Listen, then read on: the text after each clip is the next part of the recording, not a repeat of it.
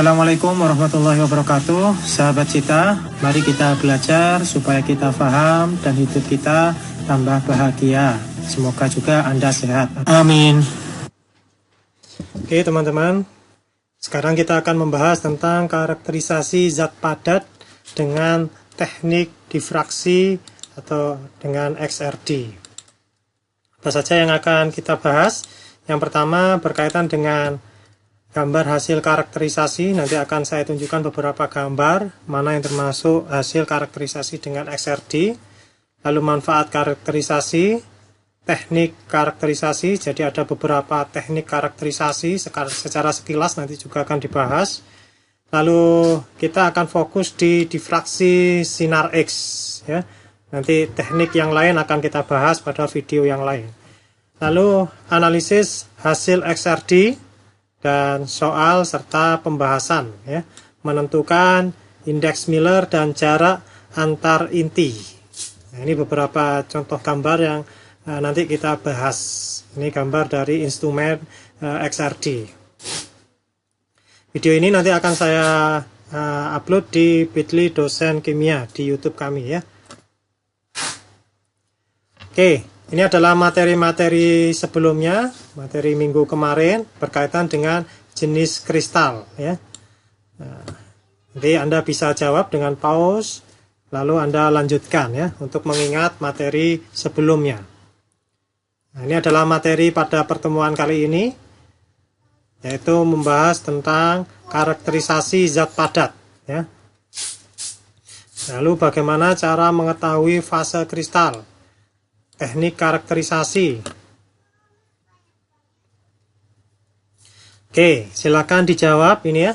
Gambar hasil karakterisasi dengan instrumen apa? Ini ada beberapa gambar hasil karakterisasi mulai dari A sampai dengan F ya. Oke, bisa dijawab. Anda pause lalu Anda jawab. Oke, saya anggap Anda sudah menjawab. Yang A ini merupakan hasil karakterisasi dengan XRD ya. Lalu yang B ini menggunakan FTIR. Kalau XRD itu ada intensitas dan 2 theta atau derajatnya ya. Ini FTIR, ada bilangan gelombangnya. Nah, nanti kita fokus di XRD ya, video ini. Kalau ini dengan UV vis, ini TGA DTG.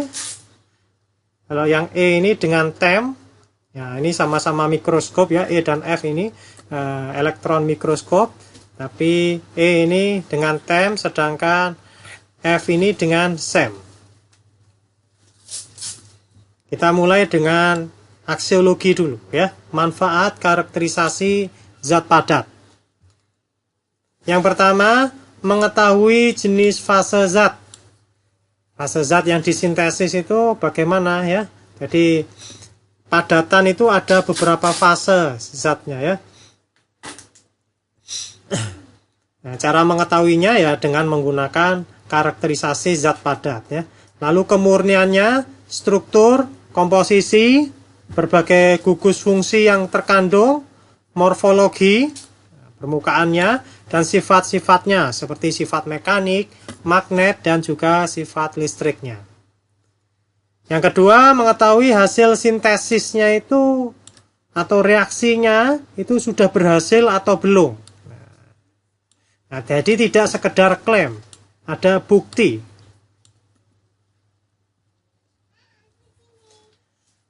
Interaksi berbagai bentuk energi dengan partikel, dengan materi yang bentuk energi atau partikel ya, dengan materi yang akan dikarakterisasi. Ini merupakan teknik karakterisasi ini menggunakan prinsip ini ya.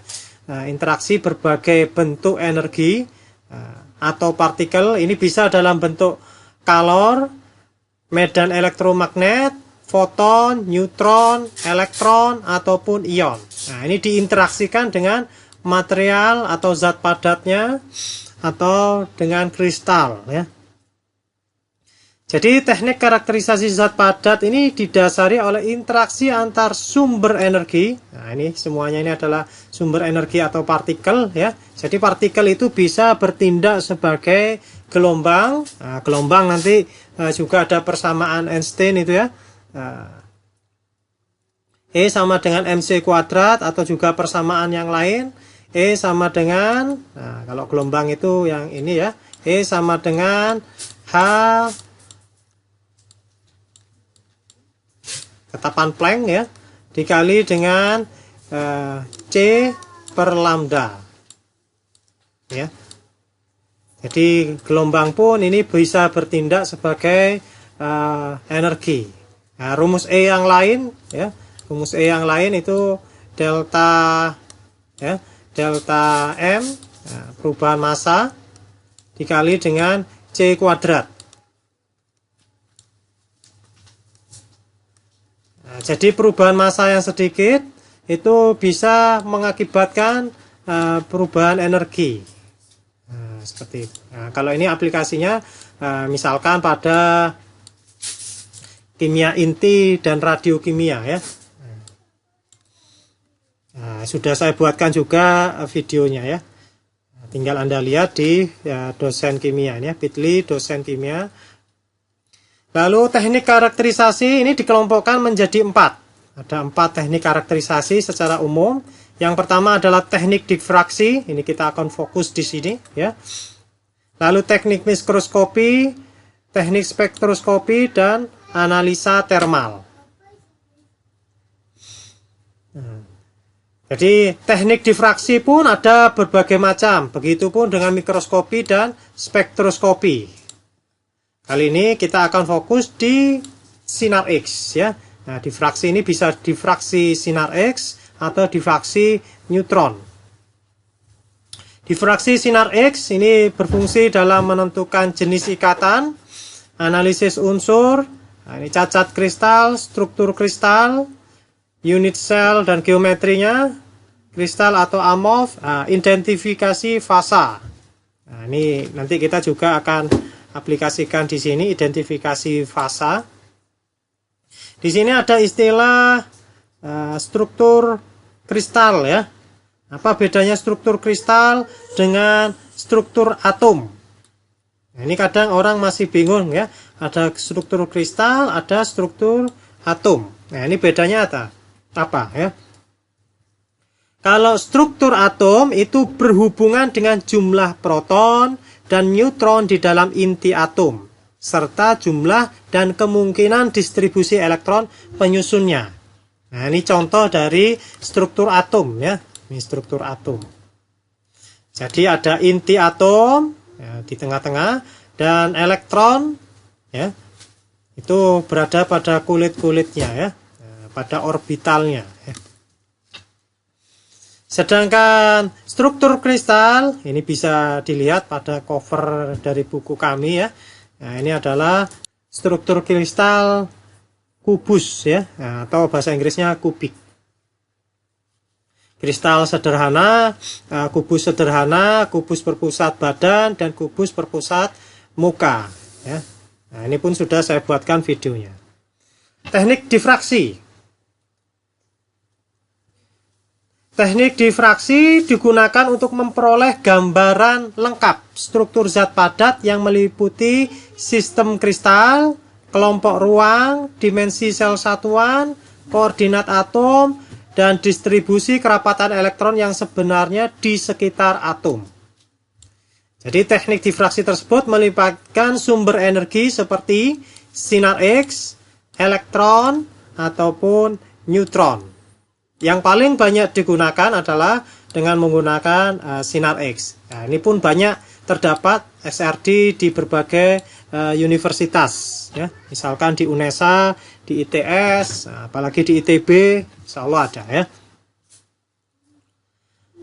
Pada pembahasan ini, ulasan yang disampaikan dibatasi pada difraksi sinar X, atau yang lebih dikenal dengan X-ray diffraction.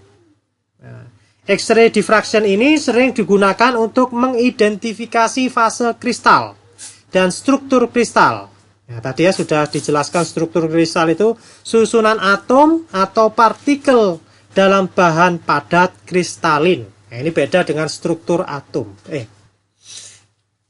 Jadi struktur kristal beda dengan struktur atom. Teknik XRD merupakan metode yang tidak merusak. Nah, jadi kalau Anda punya sampel dilakukan analisis dengan menggunakan teknik XRD, itu sampelnya tidak rusak. Artinya apa? Sampel masih dapat digunakan untuk analisis yang lain.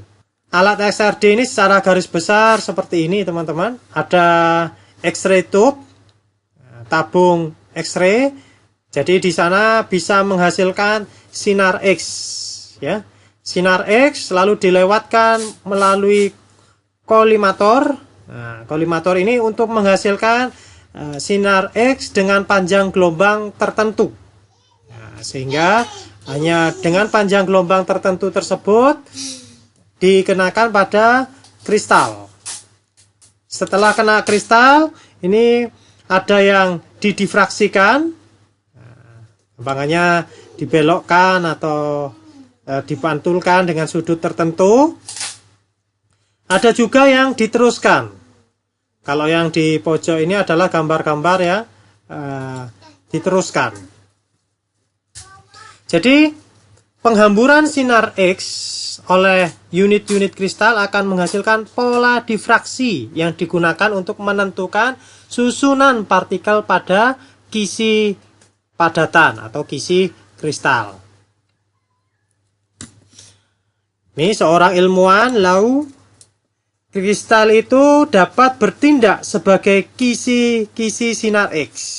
Jadi ketika seberkas sinar X, nah ini ada seberkas sinar X yang mengenai kisi kristal, akan terbentuk sejumlah bayangan dengan intensitas yang berbeda-beda. Pada aplikasi difraksi, hanya panjang gelombang sinar X yang pendek. Ya, jadi panjang gelombang sinar X itu rentannya, ini ya, antara 1 kali 10 pangkat min 11 sampai dengan 10 pangkat min 8 meter. Jadi yang digunakan itu rentannya ini ya, 10 pangkat min 11. Jadi dengan panjang gelombang yang pendek saja yang digunakan. Yaitu beberapa angstrom sampai dengan 0,1 angstrom. Ini setara dengan 1 kilo elektron volt. Atau sampai 120 kilo elektron volt. Kenapa? Karena panjang gelombang sinar X, dengan panjang gelombang ini teman-teman, ini setara dengan ukuran atom. Maka sinar X tersebut sangat ideal digunakan untuk membaca struktur dari susunan atom-atom di dalam suatu bahan atau material. Nah, ini ya struktur atom-atom, ini Anda bisa lihat lagi videonya.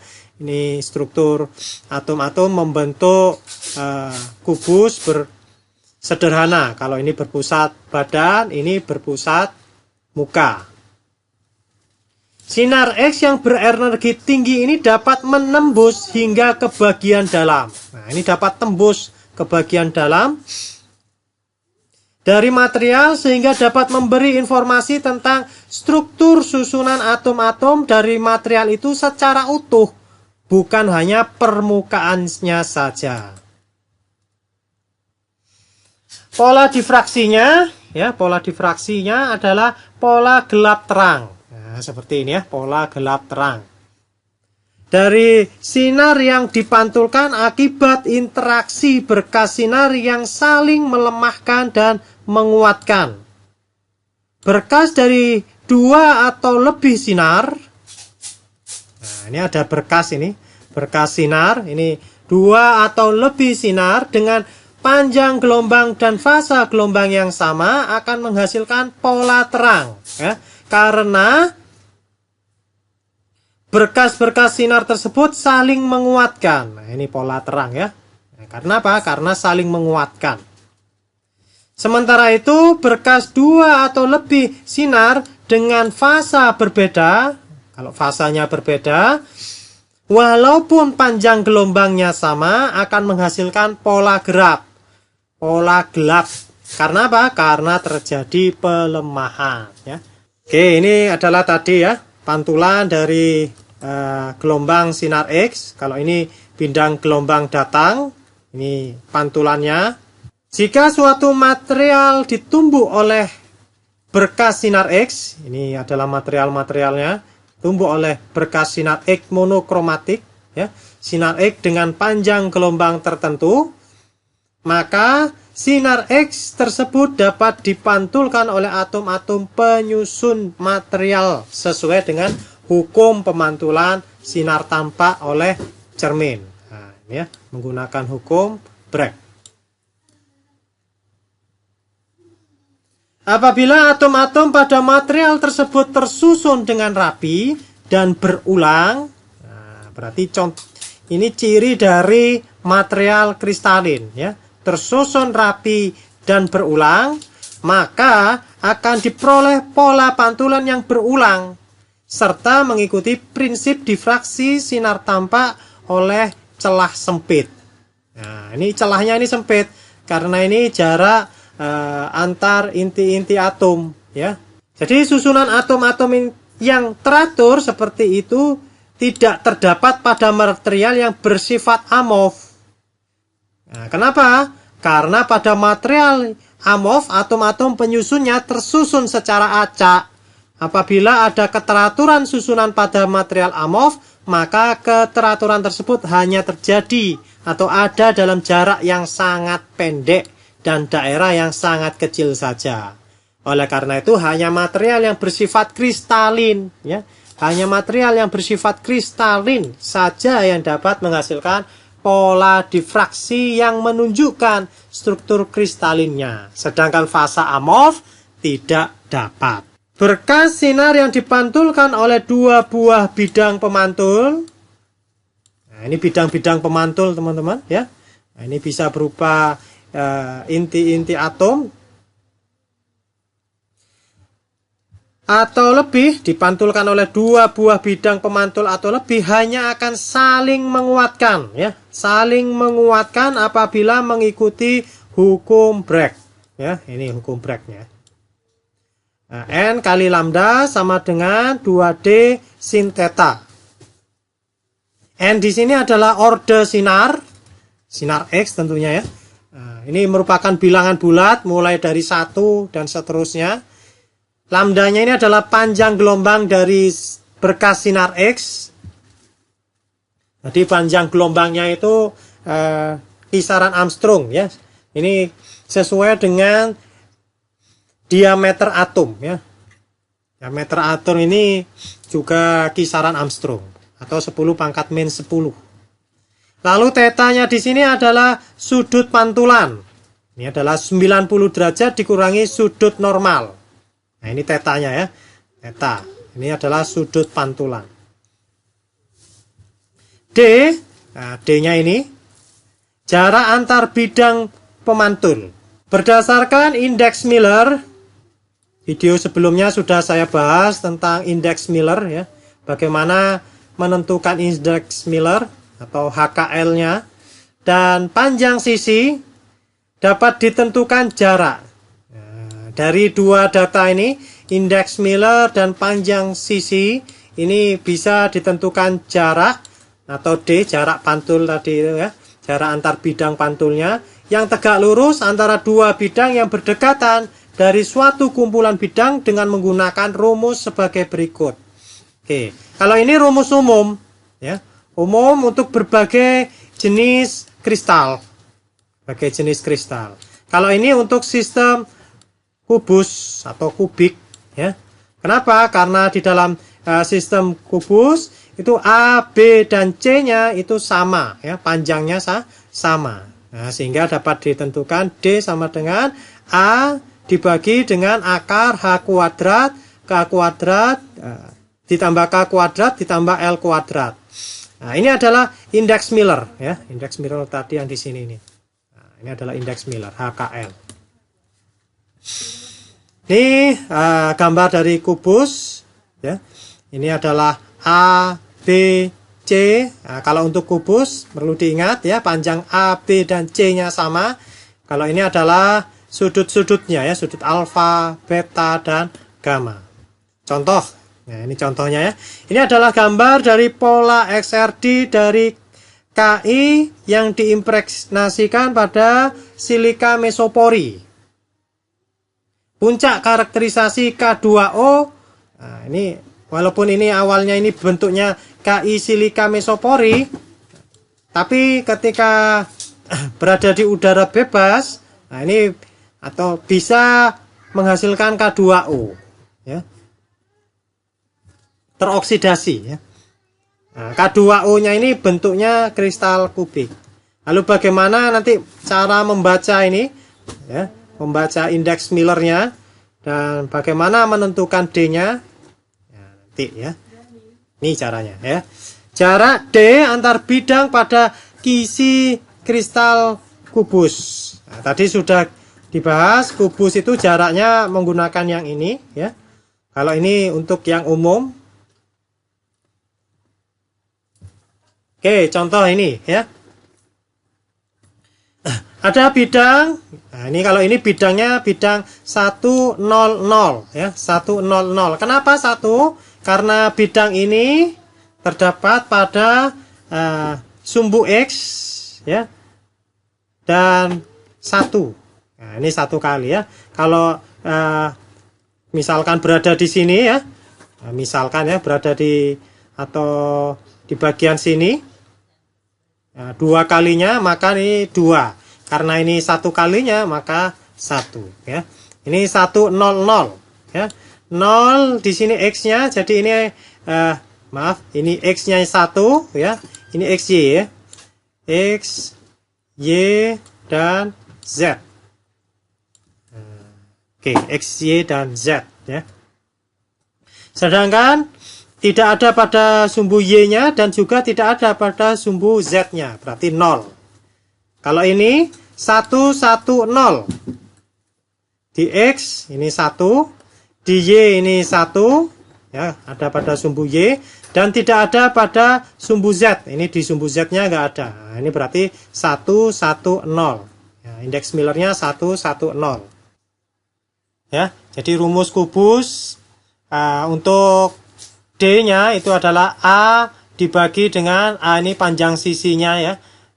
Lalu dibagi dengan akar dari H kuadrat ditambah K kuadrat ditambah L kuadrat. Untuk bidang dengan indeks Miller 100, maka nilainya sama dengan A. Nah, kok bisa ini? Nah, ya tinggal dimasukkan karena ini nilainya 1, maka ini adalah A dibagi dengan akar ya 1 kuadrat ditambah 0 kuadrat ditambah 0 kuadrat ya berarti 1 ya. Begitupun yang lain ya. Yang lain berarti di sini ya. Nah, ini bisa kita ketahui ini A dibagi 1 kuadrat. Oke, kita masukkan di sini ditambah dengan 1 kuadrat berarti 2 ya. Oke, berarti untuk ini berarti A per akar 2. Bagaimana dengan ini? Ya, tinggal dimasukkan ya. Ini 1 kuadrat ditambah 1 kuadrat ditambah 1 kuadrat. Berarti untuk di sini adalah A dibagi dengan akar 3. Oke, hasilnya seperti ini. Lalu soal, tentukan indeks Miller. Indeks Miller bidang dan jarak ya. Jarak atau D antar bidang pada kisi kristal kubus. Oke, kita tentukan ya. Jadi di sini ada, oke, ini berarti kena sumbu X-nya, ya, kena sumbu X. Nah, X berarti di sini 1 ya, sumbu X-nya kena di 1. Oke, sumbu Y, oke ini adalah sumbu Y. Sumbu Y-nya, nah kalau ini di sini 1. Berarti ini 2 kalinya ya, 2 kalinya berarti ini adalah 2. Nah, pada sumbu Y-nya 2. Lalu pada sumbu Z-nya, karena nggak ada yang kena sumbu Z ya, maka di sini adalah 0. Nah, berarti ini adalah 1, 2, 0. Sekarang identifikasi fase kristal. Jadi aplikasi difraksi sinar X dalam mengidentifikasi fase suatu bahan adalah contoh yang paling sering digunakan. Pola difraksi suatu fase tertentu ini bersifat khas, seperti pola sidik jari manusia. Ya. Jadi pola difraksi yang dihasilkan oleh sampel yang diukur, nah, tadi contohnya ya, ini ada intensitas, ada 2 theta atau bisa juga menggunakan data D ya, dibandingkan dengan database pola difraksi fase yang telah diketahui, biasanya yang tersedia dalam format PDF ya, powder diffraction file. Pola difraksi sinar X dari suatu material kristalin bersifat khas sesuai dengan struktur kristalnya serta atom-atom penyusunnya ya, sesuai dengan struktur kristalnya dan atom-atom penyusunnya. Dengan mengukur intensitasnya dari garis difraksi dan membandingkan dengan standar, nah, standar ini tadi dalam bentuk PDF, maka analisis kuantitatif dari campuran kristal dapat dilakukan. Nah, metode pembandingan fase nanti itu bisa menggunakan manual atau menggunakan teknologi komputer ya, dengan program search and match. Nah, ini yang banyak tersedia ya. Beberapa contoh dari program tersebut adalah Philips Expert High Score dan lain sebagainya ya. Ada banyak. Nah, ini tadi ya contoh dari difraktogram XRD. Ini gambar ini merupakan difraktogram hasil reaksi antara Al2O3. Oke, ini Al2O3. Hasilnya demikian. Dengan MgO. Kalau Al2O3 difraktogramnya ini. Kalau MgO saja, ini difraktogramnya itu ini ya. Jadi ada puncak-puncak, MgO itu di sini, di 2 puncak ini. Lalu Al2O3 ini ada banyak puncak.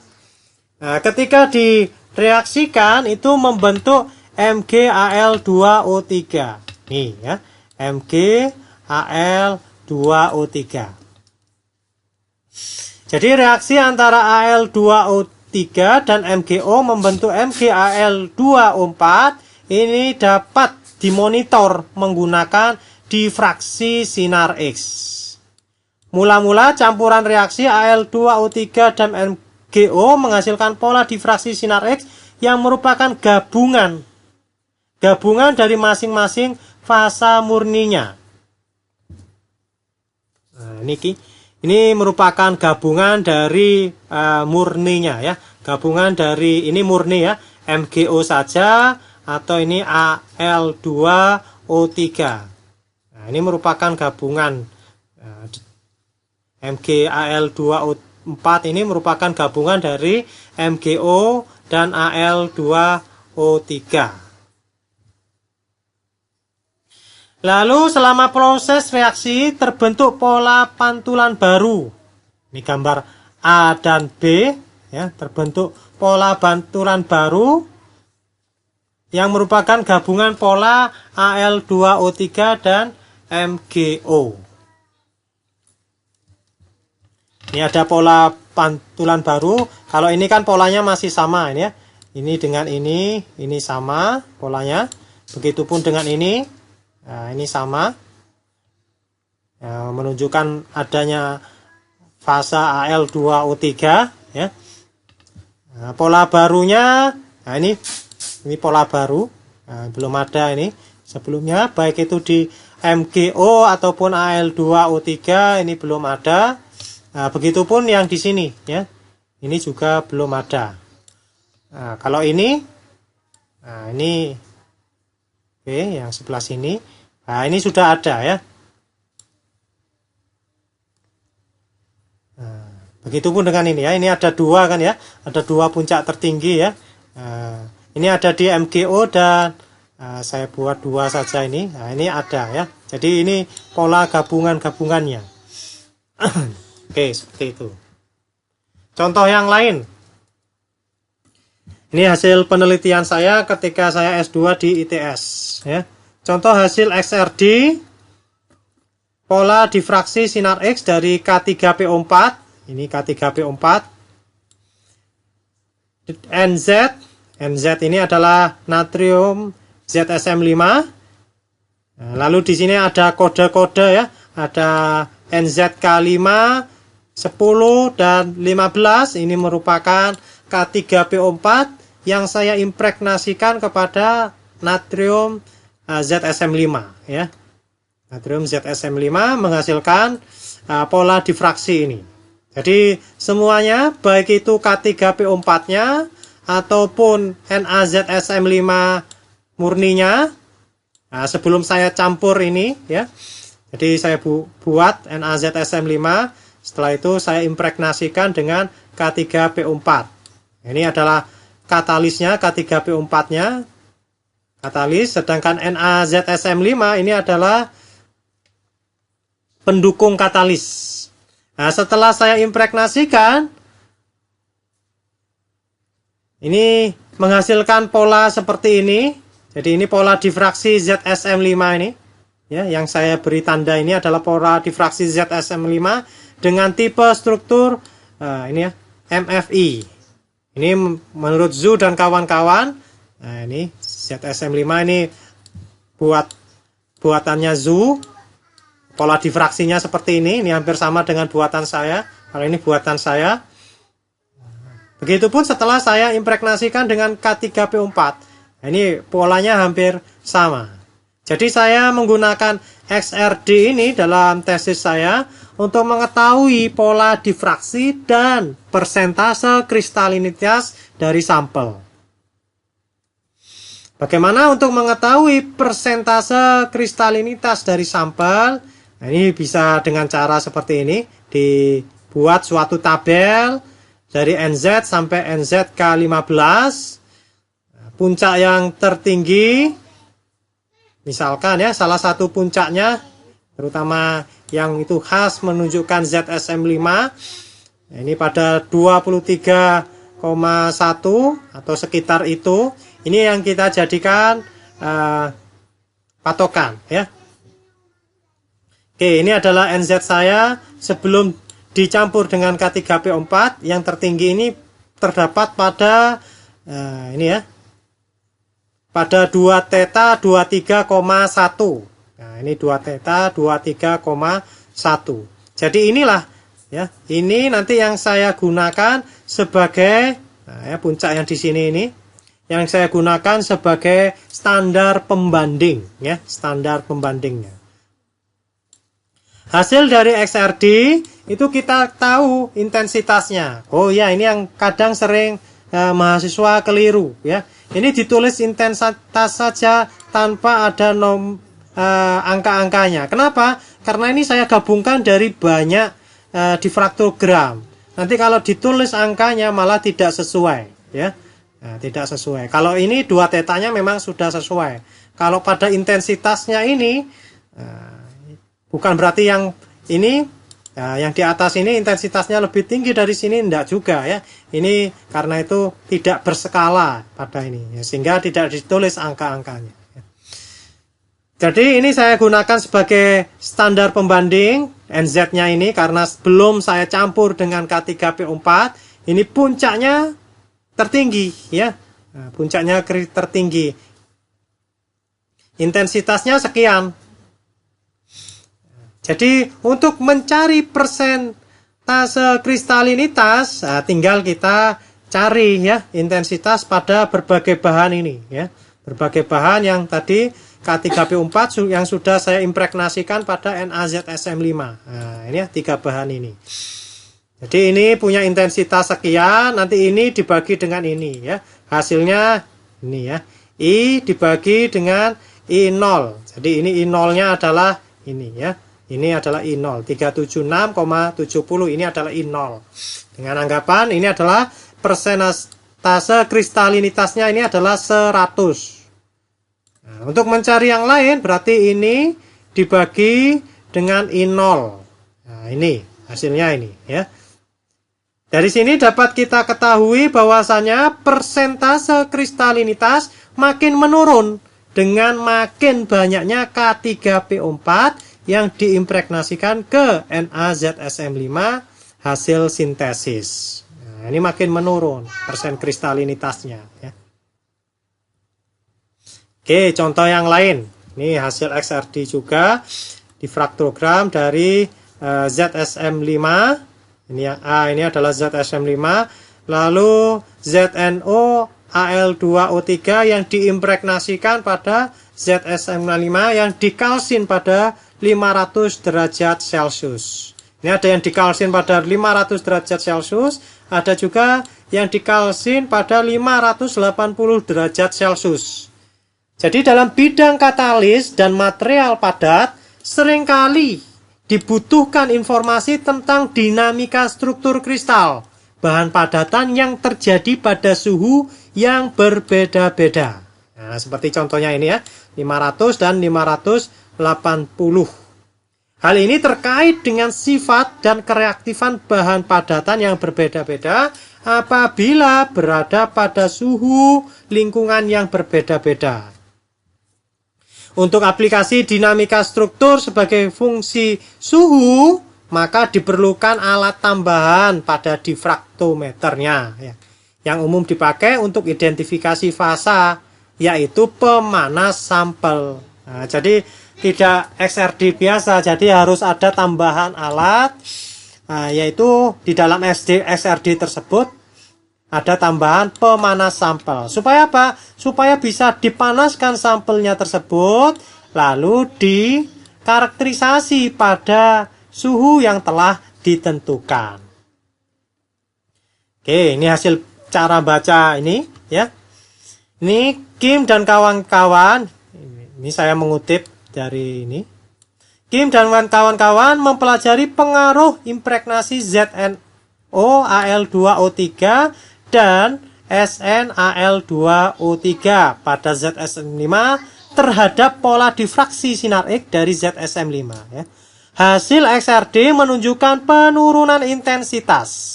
Oke, bisa Anda lihat ini mulai dari A, B, C, dan D, ini ada penurunan intensitas ya. Ini jadi intensitasnya ini menurun.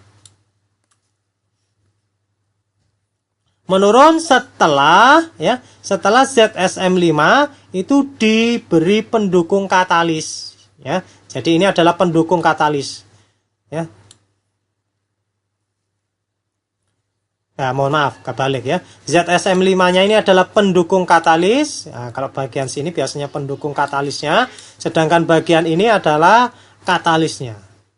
Nah, supaya katalisnya itu mempunyai aktivitas yang lebih tinggi, biasanya diberi pendukung katalis. Nah, ternyata terjadi penurunan intensitas puncak utama dari ZSM5. Nah, ini sama dengan penelitian saya ya, menggunakan ZSM5. Setelah ZNO Al2O3 dan SNO Al2O3 diimpregnasikan pada ZSM5. Nah, jadi gambar mulai dari B sampai dengan D dan juga E ya. B sampai E ini adalah katalis yang sudah diimpregnasikan pada ZSM5. Kalau A-nya di sini adalah ZSM5 murni. Contoh hasil XRD yang lain.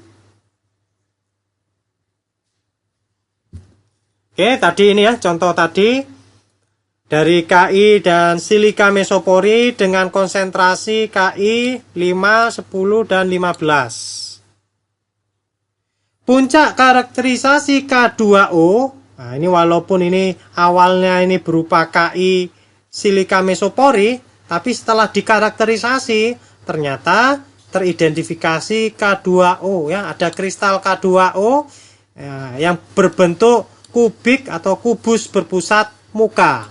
Nah, ini contoh kubus berpusat muka.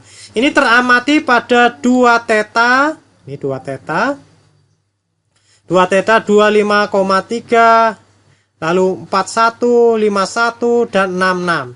Dan puncak karakterisasi fase silikat hidrat. Nah, jadi tiap material itu punya fase sendiri-sendiri ya, fase sendiri-sendiri. Yang teramati pada 2 theta tertentu yang khas. Nah, seperti ini ya. Silikat hidrat itu pada 2 theta 21,8 dan 35,7. Intensitas puncak K2O, yang pada 2 theta ini 25,3 dan seterusnya, ini terus meningkat. Nah, ini contohnya ya, K2O. Misalkan pada sini ya. Ini dari 5, 10 dan 15, ini puncaknya makin meningkat. Intensitas puncak K2O yang terus meningkat ini sesuai dengan peningkatan konsentrasi Ki yang diimpregnasikan pada silika mesopori. Nah, ini ya, ini ada Ki yang diimpregnasikan pada silika mesopori. Nah, seperti itu. Oke, demikian teman-teman perkuliahan tentang kimia zat padat, khususnya tentang SRD. Semoga bermanfaat, semoga kita semua selalu sehat, sukses mulia dunia akhirat. Assalamualaikum warahmatullahi wabarakatuh.